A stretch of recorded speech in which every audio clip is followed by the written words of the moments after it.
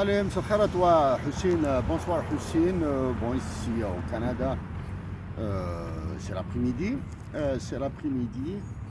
Euh, il fait très bon. Il fait très bon. Ce matin, il a fait -7, ensuite -5. Là, maintenant, il fait -1. -1. Sans vent, il y a une légère brise qui rend le temps, si je peux dire, chaud. Donc, ça, c'est juste pour éviter des grippes, des rhumes, etc. Bien sûr, aussi, j'ai envie de changer d'air au lieu de faire, au lieu de te dire c'est moi, toi, Hussein, de chez moi. Je préfère le faire de la nature canadienne, hein, de la nature canadienne. Bon, probablement que je vais bouger un petit peu. Bon, probablement, hein. Je sais. Bon, je m'excuse, je vais parler en français, intégralement en français, parce qu'il y a des amis français, il y a des amis français, il y a des amis algériens qui ne comprennent pas le kabyle.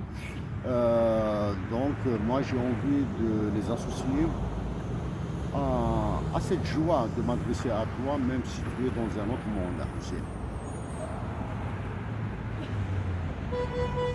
Ici, nous sommes le 10 décembre 2022. Je suis en Ontario. Nous sommes le 10 décembre 2022, je suis en Ontario. Le 23 décembre prochain sera la commémoration de ton rappel par Dieu, par Subhanahu. J'espère que je suis convaincu qu'il te mettra parmi les bons, parmi les généreux de son humanité. Mais je suis sûr aussi à Hussein, qu'il y aura à côté de toi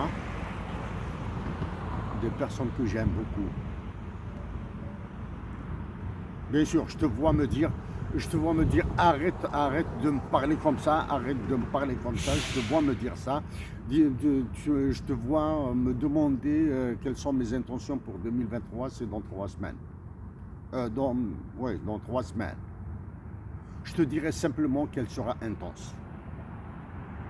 Il est hors de question que j'arrête ce que je pense être bon pour notre patrie, pour notre nation. Je te dirais aussi que s'il y a un burn-in à l'intérieur, je le vis. Le burn-in à l'intérieur, je le vis. J'ai peur du burn-out et de mon incapacité à le surmonter.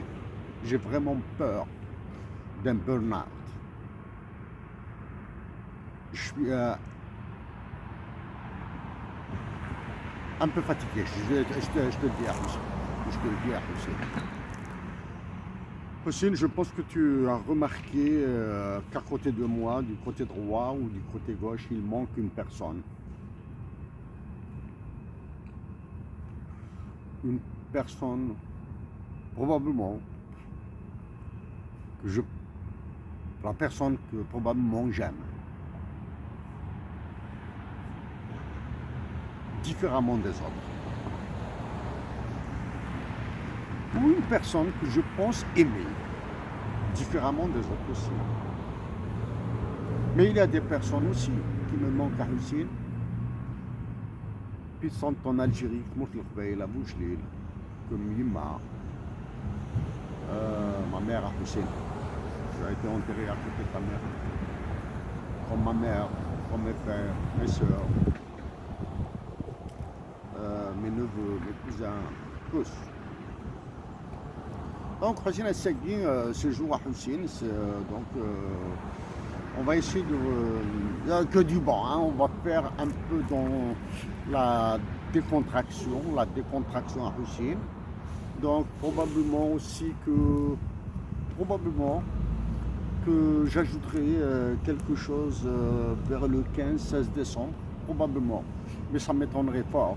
ça ne m'étonnerait pas, parce que je préférerais plutôt garder ça naturel, hein, naturel à Hussein. Donc 2023 sera très très intense. Ah, tu me diras bon, pourquoi Darren, pourquoi ça sera très intense? Parce que ces 2 dernières semaines, j'ai reçu une bonne salve, hein, via l'information officielle, hein, une bonne salve. Hein. La salve était bonne, hein, il y avait pas mal, hein, il y avait pas mal de tirs. Ben, certains tirs étaient faits par des idiots et d'autres par des crétins. Donc, bon, on va laisser passer ça, non? On va pas, il est hors de question de réagir à ce genre, Bon, aussi.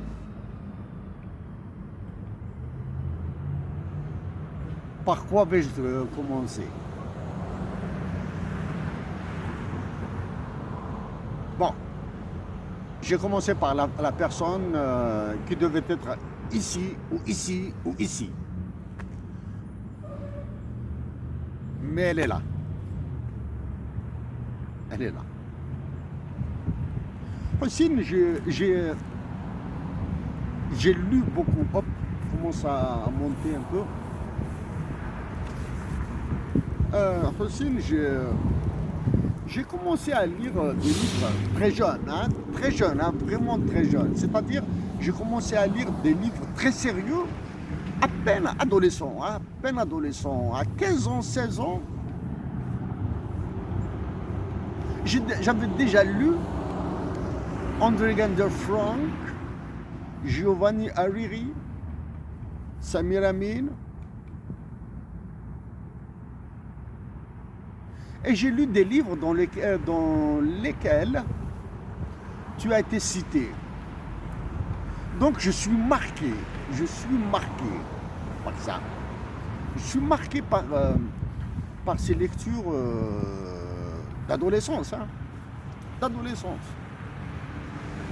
Est-ce que j'étais impressionné par les écrits dans lesquels tu as été cité ou tu étais concerné? Pas du tout. Mais ils sont là. Ils sont là comme une nuisance. Une nuisance. Ils sont là comme une nuisance. Bref, bon. Sinon, avant 1989, je n'ai jamais entendu parler de toi. Presque. Jamais entendu parler de toi, excepté dans les lectures.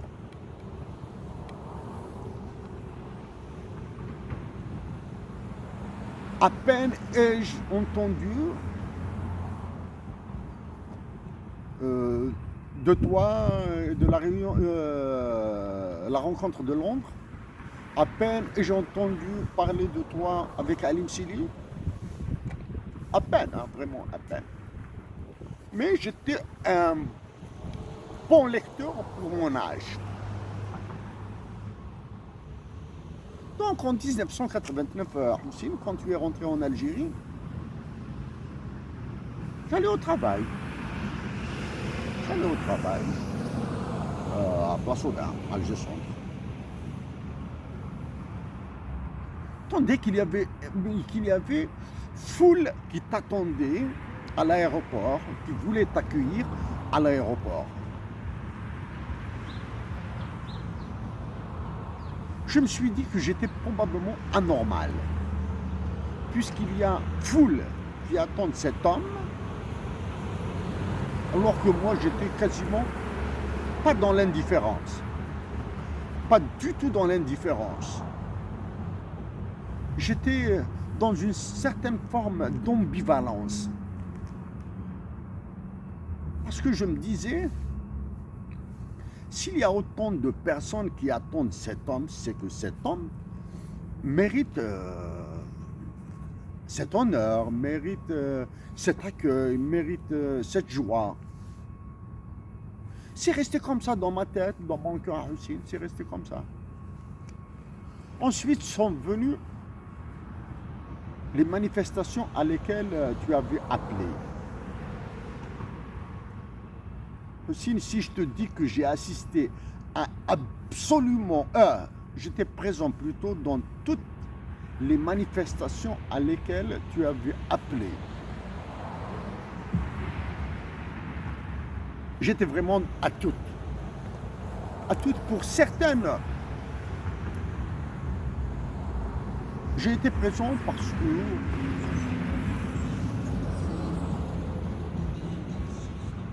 les leitmotivs m'intéressaient.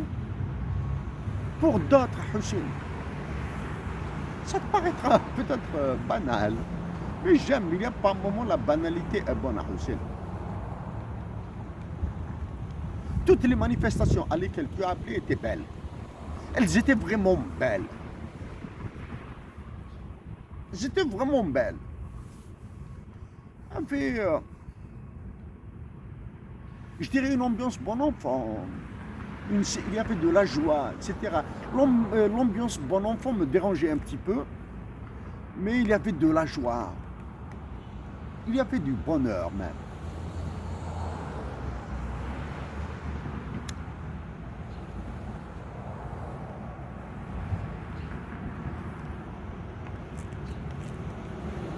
Aussi, à côté de toi, il y a des hommes et des femmes que j'aime beaucoup.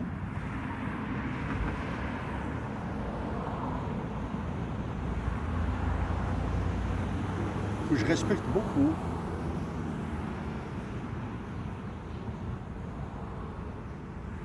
Des hommes et des femmes qui me manquent.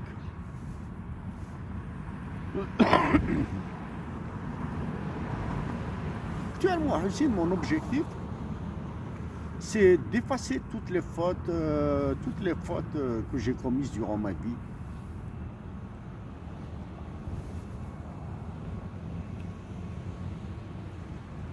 Et pour ça, je fais des efforts. Je fais des efforts. Des efforts peut-être non encore à la hauteur d'absoudre mes fautes. Mais je pense que mes efforts sont bons, mais quand même, sont appréciables. Sont appréciables.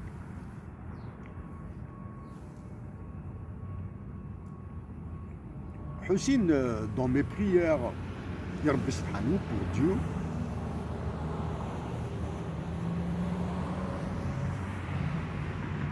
énormément de personnes sont présentes explicitement, c'est-à-dire par le prénom, et énormément de personnes sont présentes implicitement, c'est-à-dire d'une manière collective.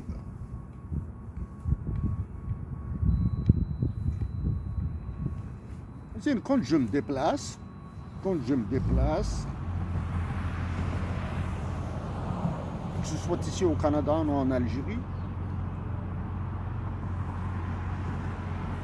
j'ai toujours une activité additionnelle.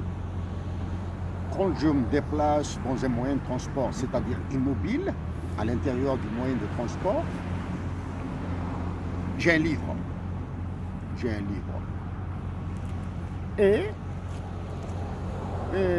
quand je me déplace en mobilité, c'est-à-dire en marchant, en étant mobile, en marchant à pied, j'ai tout le temps ce chapelet à Houssine. C'est-à-dire avec ce chapelet, je complète mes prières.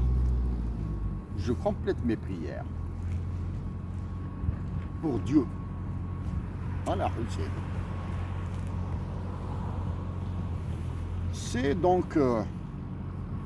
voilà, maintenant je reviens à des événements.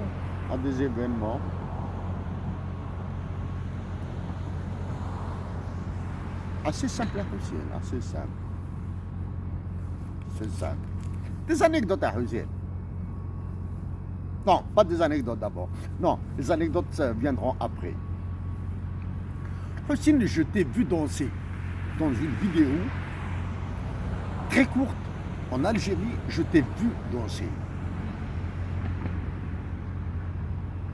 Ça me ferait énormément plaisir de revoir cette vidéo à Houssine.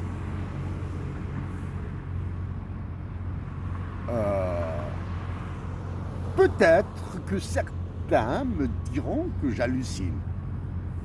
Même dans ce cas-là, je préfère garder mon hallucination. Mais je suis convaincu de t'avoir vu danser à Hussein. Bon, Hussein, parmi des photos que j'ai vues, des photos que j'ai vues sur le web, hein, celle avec ton épouse autour d'une table à manger, merveilleuse, Hussein. Elle est merveilleuse. Celle où tu étais tout seul, je vois dans le visage de l'homme, de la bravoure, de la générosité, de la bonté. Et j'ai découvert récemment une photo à Hussein. Tu étais légèrement décalé par rapport à ton épouse et à tes enfants.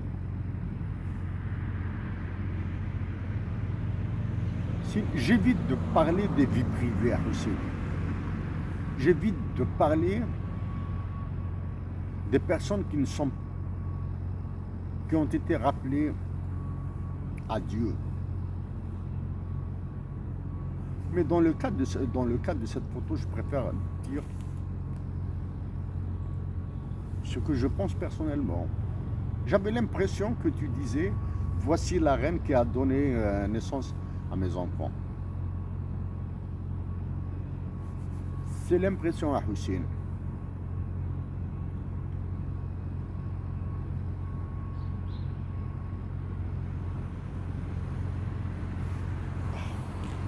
Dans les photos dans lesquelles tu étais seul, Hussein.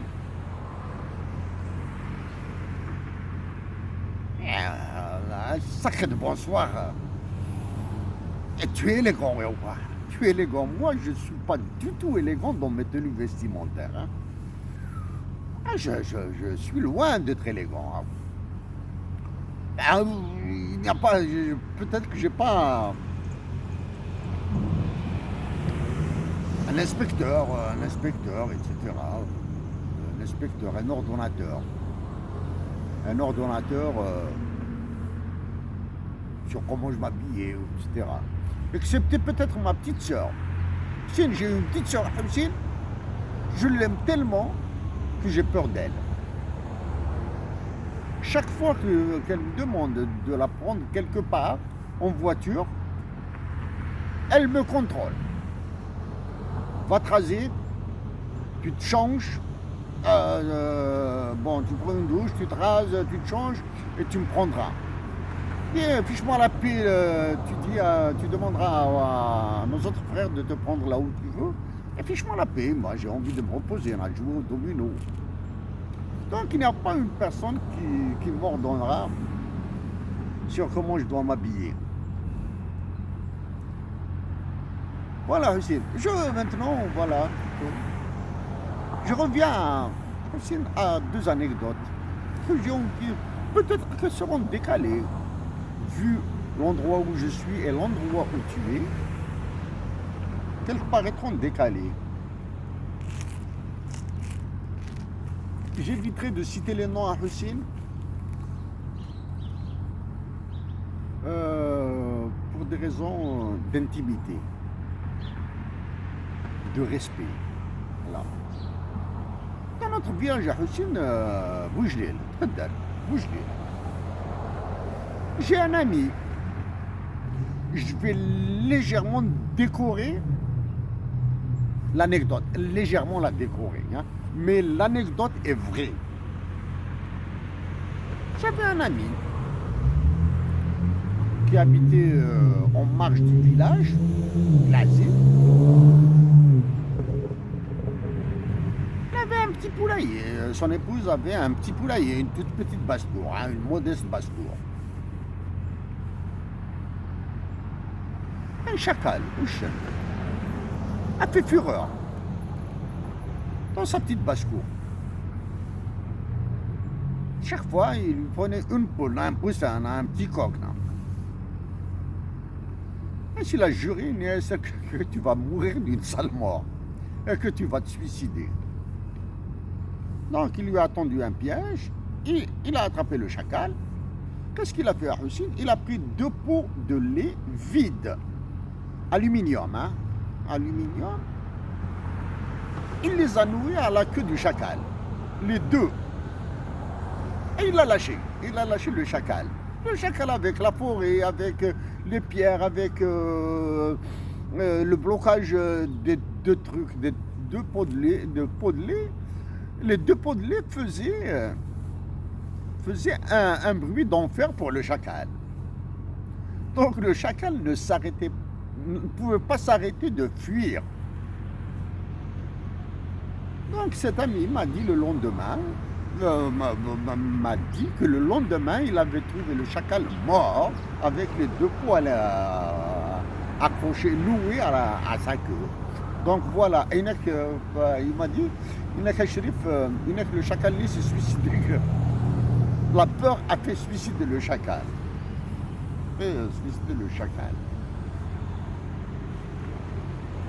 Il y a une autre anecdote à Hussein, du moins une histoire, un conte de Damajid en Algérie. La famille, bien sûr, j'ai envie de voir ma famille en Algérie, ça fait un bail déjà. Hein.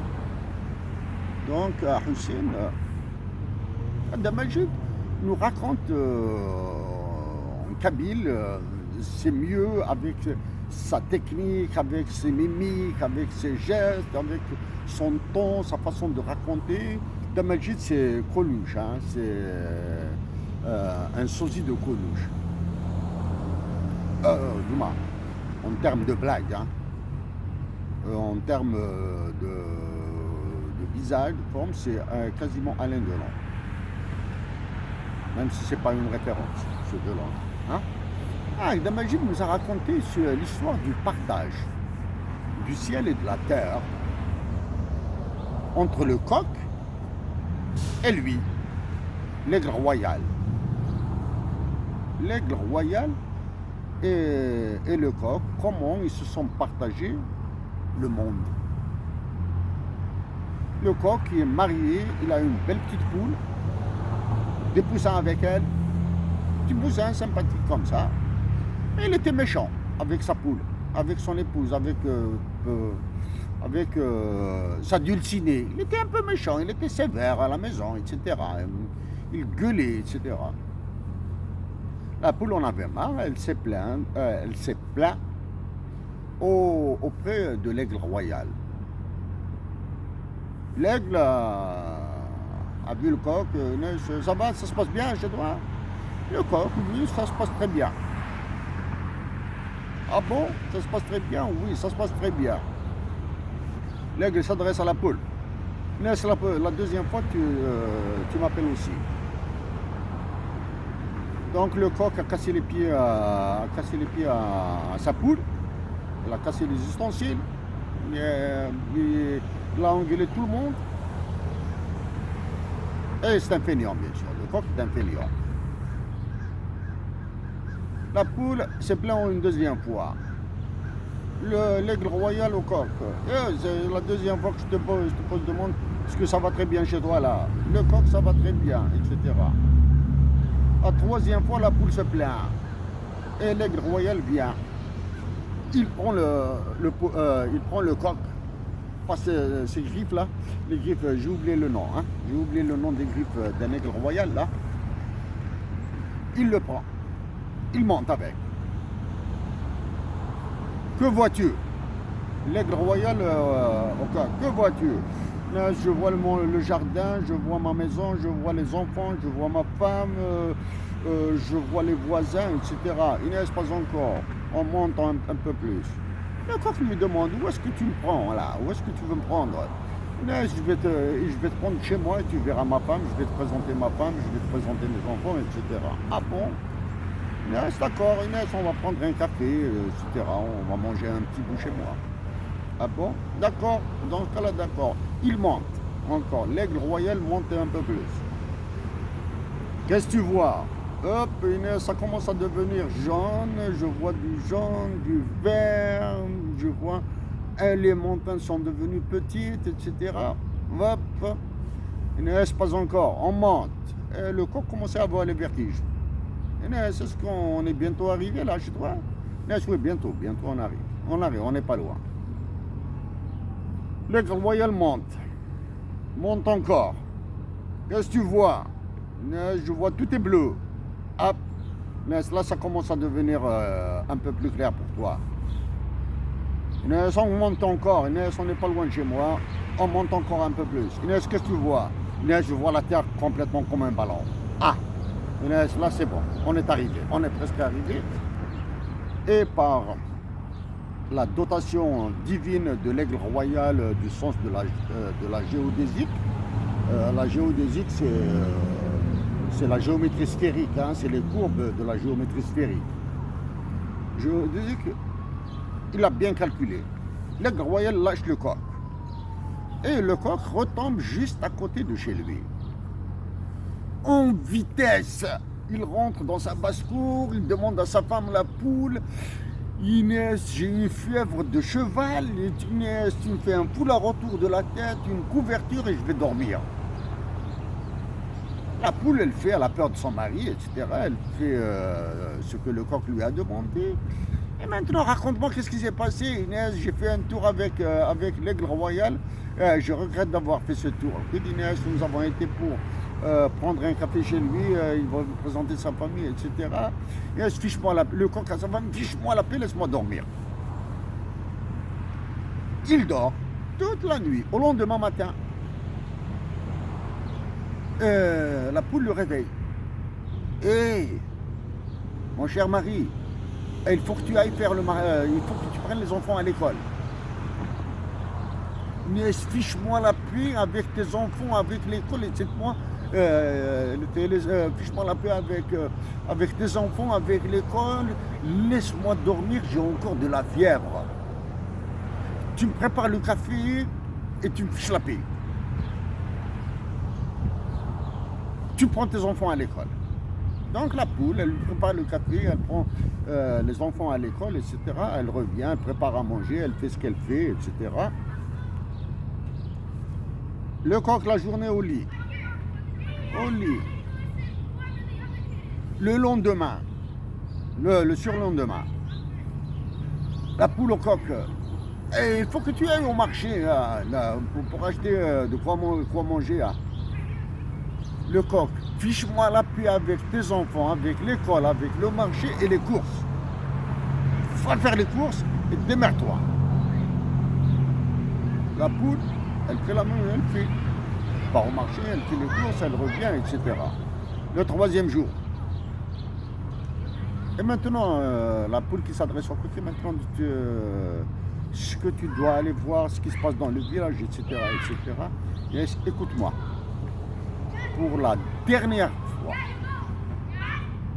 nous allons partager le monde ensemble. Toi, tu t'occupes de tout ce qui est en deçà de la clôture vers l'extérieur, et moi je m'occupe de la clôture vers l'intérieur.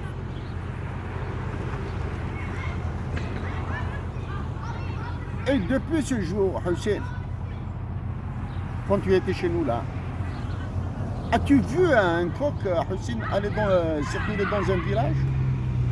Dans la ville? Jamais. C'est la poule qui prend ses enfants. Et qui sort, vadrouiller, qui fait le tour du village avec ses enfants. Mais le coq, jamais, jamais, jamais. Jamais, jamais. Voilà, Hussein, pour les 2 anecdotes comme ça, pour décontracter un petit peu. Hussein, je reviens à quelques événements.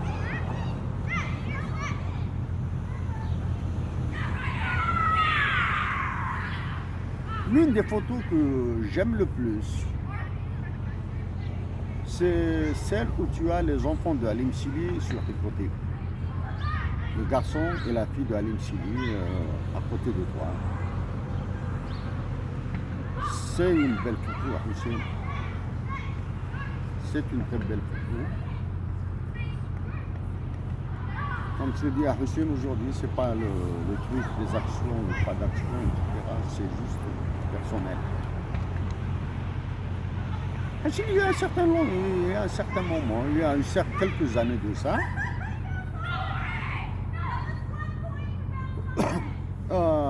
Tazmalt ou Boujlil, peu importe, hein, j'ai le problème des années, le problème des dates, les années, les endroits commencent à m'échapper.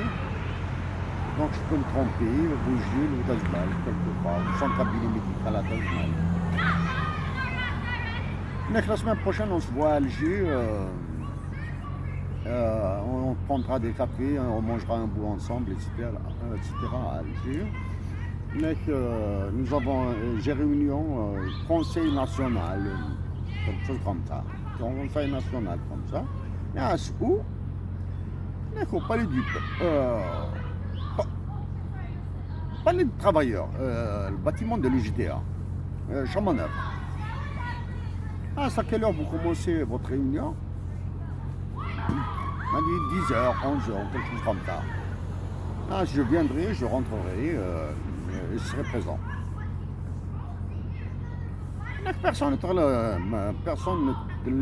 te laissera entrer, parce que tu n'es pas militant du FFS, tu n'as pas de carte d'adhérent, tu n'as rien. C'est normal que je m'en appelle avec les histoires là, tu ne peux pas rentrer, etc. Je viendrai, je rentrerai, je te ferai un clin d'œil, ensuite on verra. Effectivement, à Hussein, je suis parti Chamanœuvre, je suis rentré, j'ai regardé Dahman, je lui ai fait un clin d'œil, je me suis installé au fond. J'avais trouvé un homme en train de parler.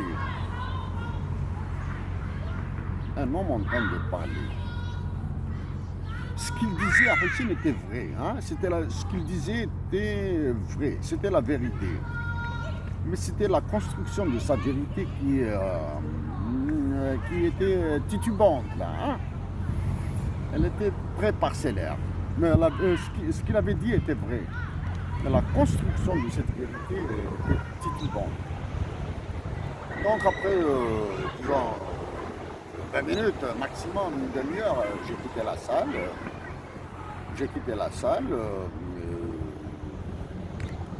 ne sais pas si c'était en fin de journée, dans la semaine d'après, je ne me souviens plus. Donc j'ai pris un café avec Rahman, je t'ai dit que je suis rentré. Donc, s'il te plaît, avec tes histoires de sécurité, etc., tu me lâches un petit peu les baskets là, avec ces histoires. Okay? Nous sommes un pays sous-développé, nous sommes ce que nous sommes. Ouais. Donc voilà ça, c'était une anecdote à Hussein. Des anecdotes, des événements sympathiques m'ont été racontés.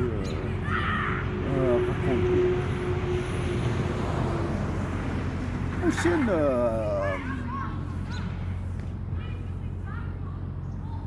tu as été rappelé à Dieu le 23 décembre 2015.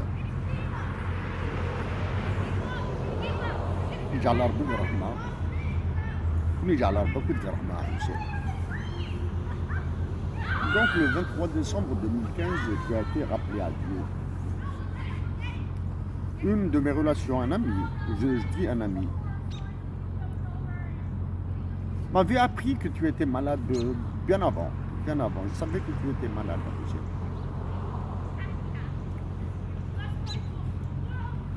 Et je l'ai vu dans probablement j'ai vu que tu étais malade dans ta dernière intervention filmée. Je voyais que tu étais, que ta forme avait changé. Donc, le 23 décembre 2015, Dieu t'a rappelé auprès de ceux qu'il aime, auprès de ses élus.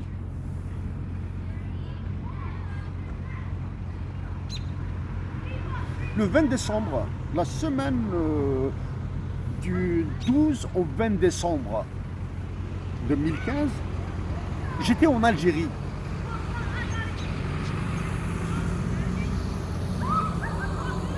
Donc une semaine avant ton décès, j'étais en Algérie.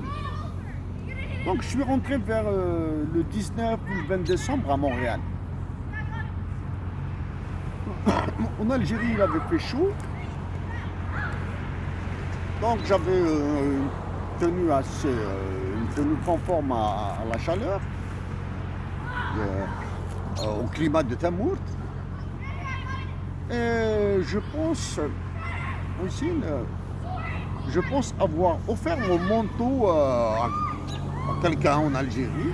Donc je suis venu avec une tenue assez légère. J'arrive à Montréal le 20 décembre. Il faisait peut-être moins 30, là, moins 35. Hein. Donc je sors de l'aéroport à la maison, chez moi. Le lendemain, Hussein, j'ai eu la grippe et le rhume les plus carabinés de toute ma vie. Une semaine cloué chez moi, enfermé chez moi. C'était Tahar Moussawiyat el-Karb qui venait. Il avait appris au téléphone que je suis rentré. Donc il est venu me voir, c'est lui qui s'est occupé de moi. Ensuite, j'ai été chez mon frère. Donc le 23 décembre à Hussein, ou le 24 décembre, j'ai appris ton décès. Je me suis dit que Dieu a écrit que je sois absent des funérailles.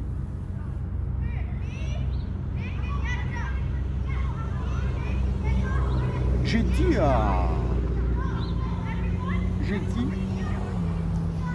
écrit à Hussein que j'ai l'impression que c'est une montagne qui nous a quittés.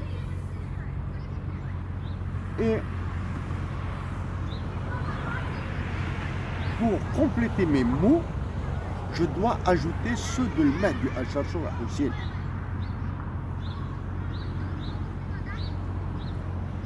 Mahdi Acharchour m'a écrit, a commenté mes mots en écrivant une montagne magique, sinon rien. Hussein, je pense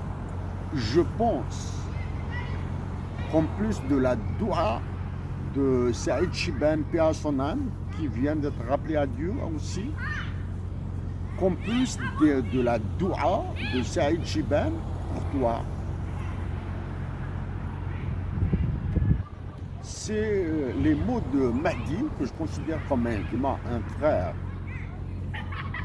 sont les plus beaux que j'ai eu la chance de lire.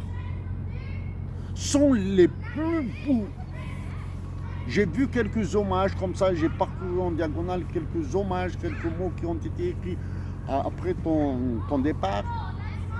Mais plus beaux, plus forts que ceux de Mahdi Acharchour, jamais lu des mots de ce type à ce jour.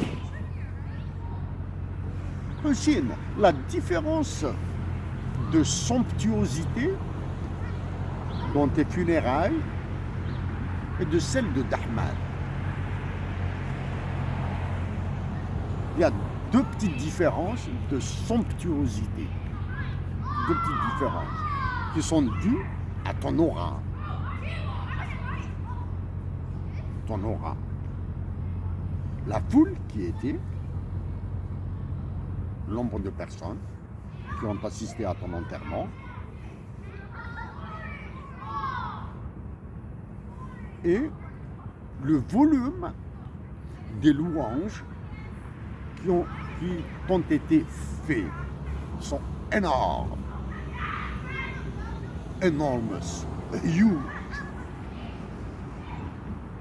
Comme la foule qui était, ceux qui ont honoré les funérailles de Dahman étaient aussi nombreux.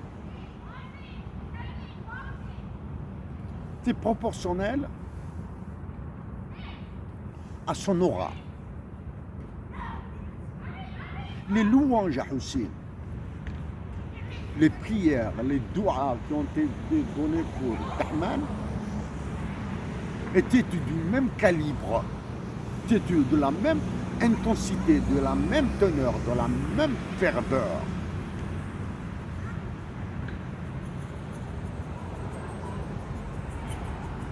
Facile, sauf qu'elles ont été données peut-être par des sages, des bons, moins connus que Saïd Chiban. Ce sont les deux légères différences dans les somptuosités des funérailles. Donc Hussein, moi j'agis, je continuerai à agir, je ferai pour que derrière ma présence physique, il y aura en moi quelques bons mots à mon égard. Quelques bons mots à mon égard. Jusqu'à maintenant, j'avais prévu de dire d'autres mots. Mais je suis très heureux à Hussein d'avoir gardé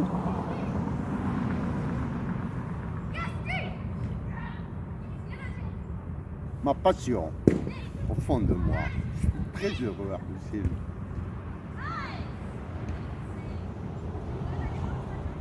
Oui. Quand j'étais à New York à Hussein, j'ai été à l'immeuble dans lequel tu as pris un appartement qui a servi de bureau pour la révolution algérienne.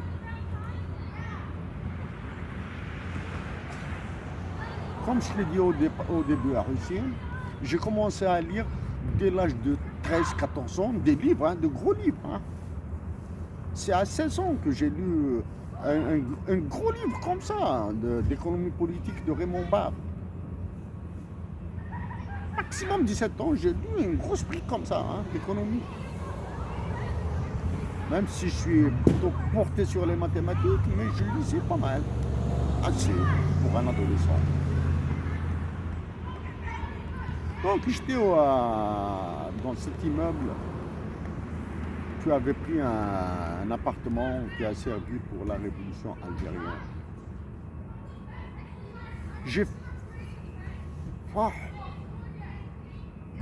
J'aurais aimé avoir avec moi le numéro de l'appartement. Probablement qu'en demandant au gestionnaire, il l'aurait indiqué. Dans ce cas-là, j'aurais demandé la permission de visiter, l'autorisation de le visiter et de dire à l'occupant la valeur de ce logement de cet appartement pour l'histoire universelle.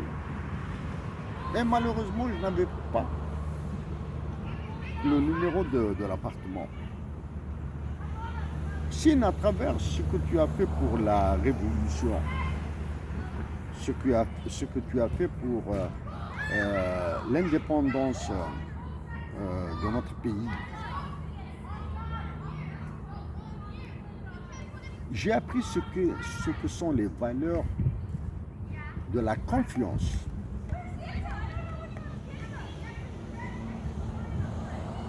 La valeur de la confiance à Hussein. J'ai appris ce qu'est la valeur de la confiance.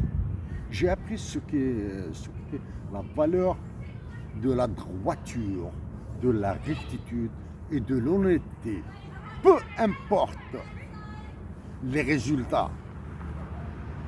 Peu m'importe. C'est pour cette raison à Hussein que ce jour à Hussein, j'éviterai, bien sûr, de citer des noms de personnes. J'éviterai de parler de certains faits bien précis.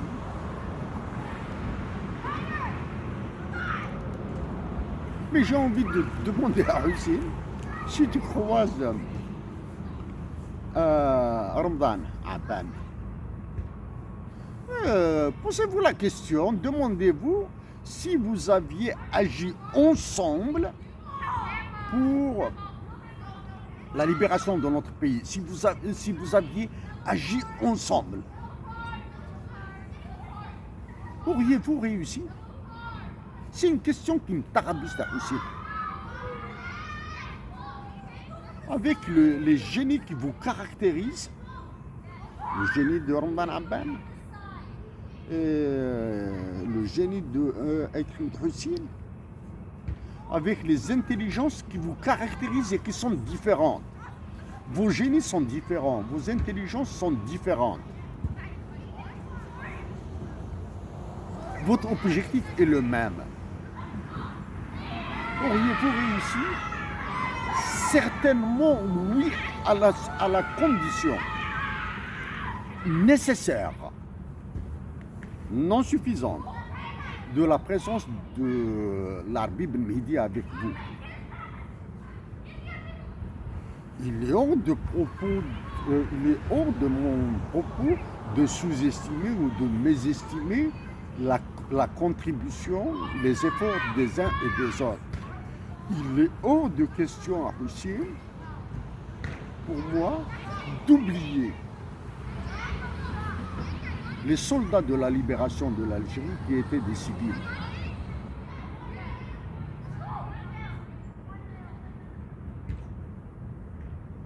Il y a quelque chose qui me revient à Hussein, il est sur le bout de la langue, là j'ai perdu le fil.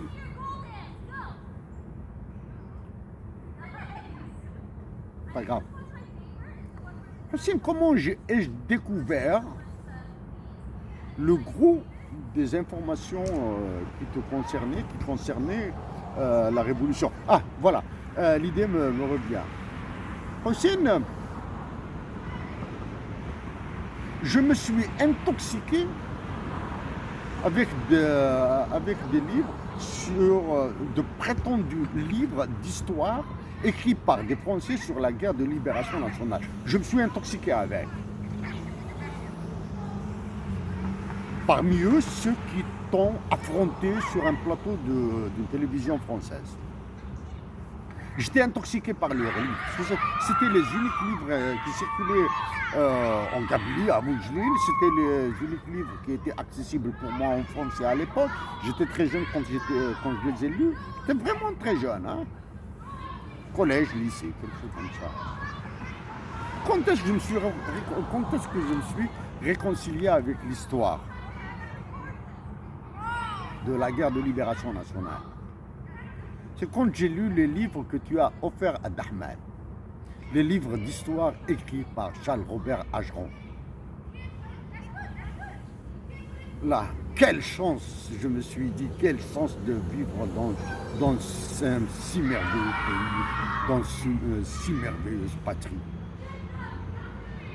En parlant de livres, c'est le dernier mot. Ah non. J'aurais aimé te parler, Hussein, de ton slogan, le droit d'avoir des droits. Le droit d'avoir des droits. Je l'ai lu chez Hannah Arendt. Je l'ai lu, Hussein, dans un livre écrit en anglais par des Canadiens, du temps où je lisais pour une maison d'édition. On m'a demandé de donner mon avis sur la traduction de l'anglais vers le français de ce livre. Bien sûr que j'avais appuyé. Je l'ai lu, le droit d'avoir des droits. Mais je pense à Hussein, je pense que l'origine de cette expression, de ce motto, de ce leitmotiv, de cette revendication, remonte à très longtemps. Elle remonte à Ricardo Alvaro du Panama. Et bien avant Ricardo Alvaro, je pense qu'elle remonte à Rufia Alvaro. J'ignore s'il y a un lien de parenté entre Ricardo Alvaro et Rufia Alvaro, qui est elle aussi panaméen, j'ignore.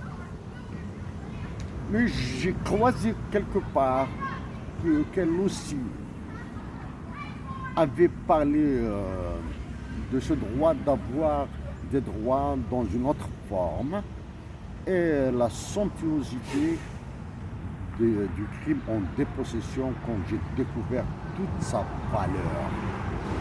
toute sa valeur. Quand j'étais en Algérie, Hussein, j'avais des difficultés avec toi. J'ai horreur, Hussein, de comprendre le sens primaire des mots. J'aime fouiller, j'aime aller plus loin, au-delà des mots. J'avais eu des difficultés avec toi. Hussein, je termine à Hussein ces mots pour toi en te disant, en te répétant plutôt, parce que je l'ai dit avant, une fois tu m'avais demandé de faire quelque chose, je t'ai dit laisse-moi tranquille, après je verrai. Tu m'as demandé de faire, tu m'as dit qu'est-ce que tu attends pour faire ceci, cela et cela et cela. J'ai dit bon maintenant laisse-moi tranquille, laisse-moi quelque chose d'autre. Hein. Laisse-moi quelque chose d'autre. Et ensuite je verrai. Et le dernier échange à Hussein que nous avons eu a eu lieu à Boujdi. À ce jour, Hussein, cet échange à Hussein, en tête à tête, nous nous sommes isolés à Hussein.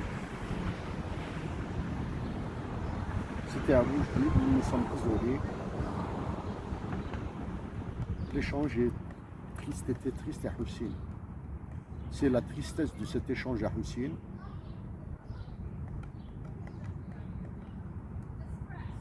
que je ferai de mon mieux à Hussein pour la changer en joie.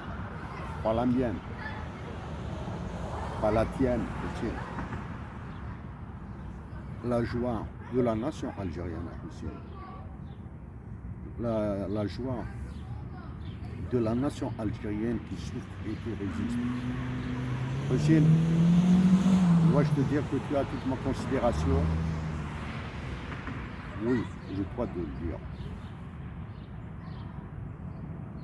Dois-je te demander un service à Hussein? Oui. Tu diras à Lounas Mato.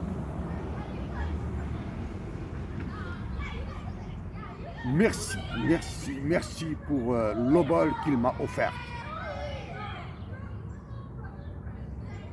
Et que lui aussi fait partie de ces personnes qui sont en permanence dans mon cœur. Je pense aussi, à la minute où je te parle à Hussein, je pense à Ima, à ma mère. Hussein, toi, Lounas et Dahman et tous les autres Hussein, reposez en paix dans les bras, dans l'amour de vos mères.